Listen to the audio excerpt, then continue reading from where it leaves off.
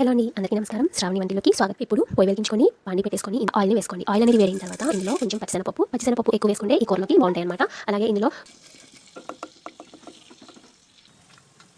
ఇలా బాగా వేగిన తర్వాత ఇందులోకి ఒక 3 చిన్నపాయ గబ్బాలు తీసుకొని కచ్చాపచ్చాగా నూరుకొని వేసుకోండి. అలాగే 4 లేదా 5 పచ్చిమిరపకాయలని ఒక పెద్ద సైజు ఉన్న ఉల్లిపాయ తీసుకొని కొంచెం మీడియం సైజులో కట్ చేసుకొని వేసుకోండి. ఇందులోనే కొంచెం కరివేపాకు రెబ్బలు వేయించుకొని సరిపోతుంది. ఇందులోనే ఒక టమాటాని చిన్న ముక్కలుగా కట్ చేసుకొని వేసుకోవాలి. తర్వాత ఇందులోకి ఒక టీ స్పూన్ వేయించుకోవాలి. మీడియం ఫ్లేమ్లో ఉంచుకొని వేయించుకోవాలండి. ఒక 5 నిమిషాలు మనకి టమాటాలు అనేవి సాఫ్ట్గా అయిపోతాయి అనమాట.